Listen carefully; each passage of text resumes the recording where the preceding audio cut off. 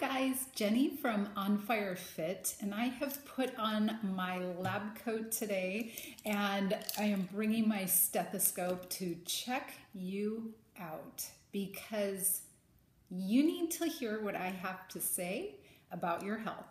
And I hope this inspires you and gets you back on track, or if you've never been on track, that it inspires you to get started.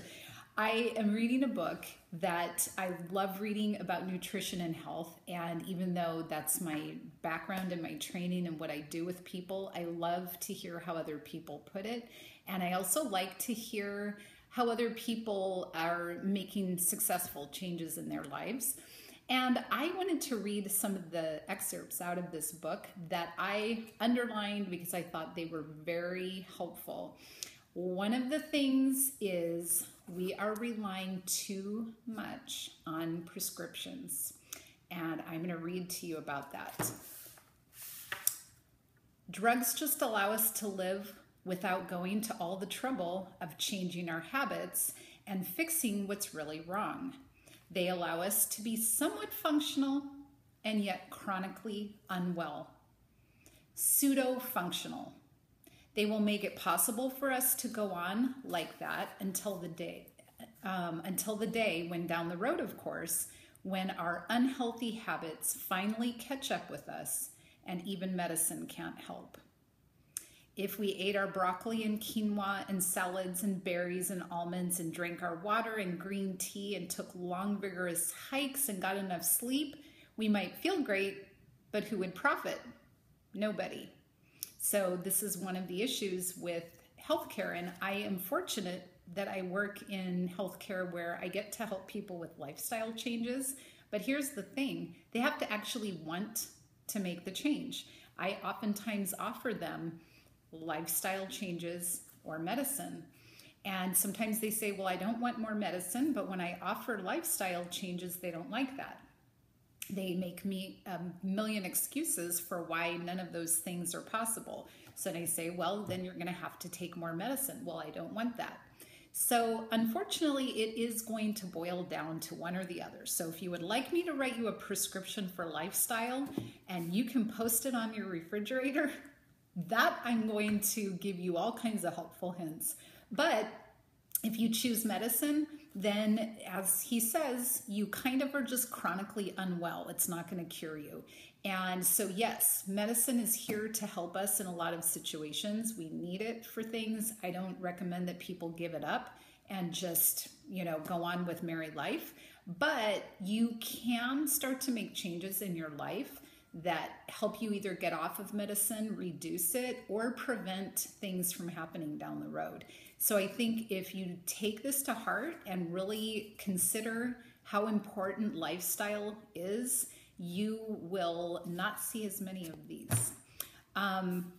When something is wrong with us, drugs should be the last resort, not the first. Rather than sending us to the pharmacy with prescriptions, we should be sending you to the farmer's market with shopping lists, and that is what I do, and yet you have to actually want to do it.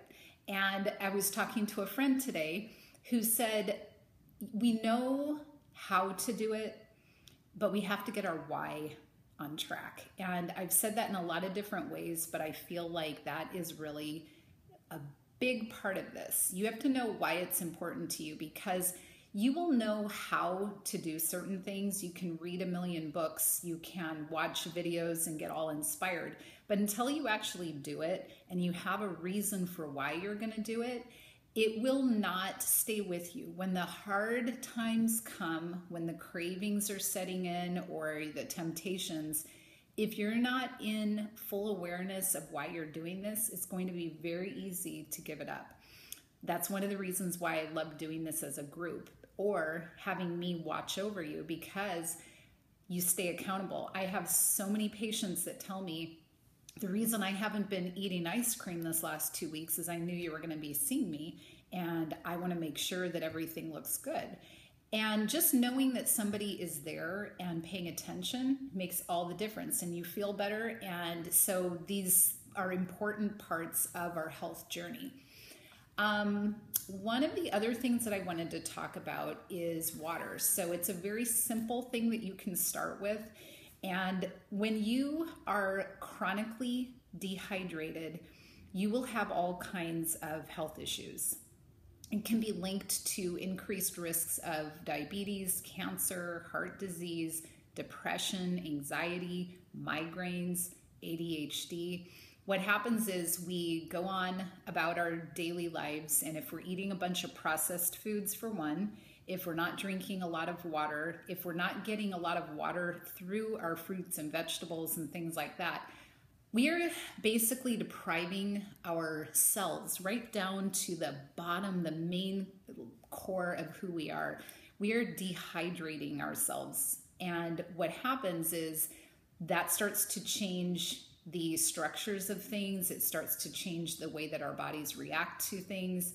And it changes a lot of different things, hormone levels and all kinds of stuff. So because we get chronically dehydrated and maybe a couple days a week we start paying attention and drinking more water, whatever, we are overall chronically dehydrated. We are actually setting ourselves up for long-term cellular dehydration, and that can cause all kinds of problems, like I mentioned.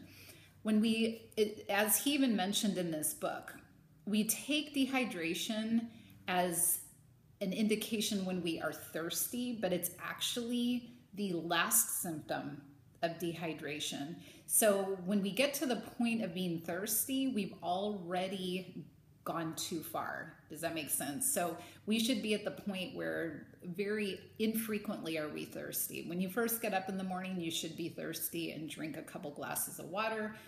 When you're exercising, you're going to get thirsty, but you want to try to keep the water flowing throughout the day. It's not going to help you to pound water in the morning or at the end of the day. You want to keep yourself in a hydration all the time.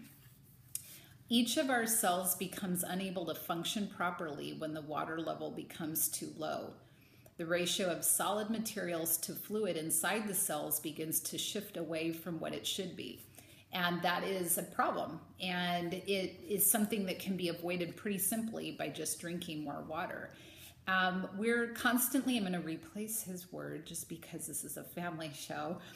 We constantly complain about the cost of medical care and health insurance, and here we have a guaranteed illness prevention method that is virtually free.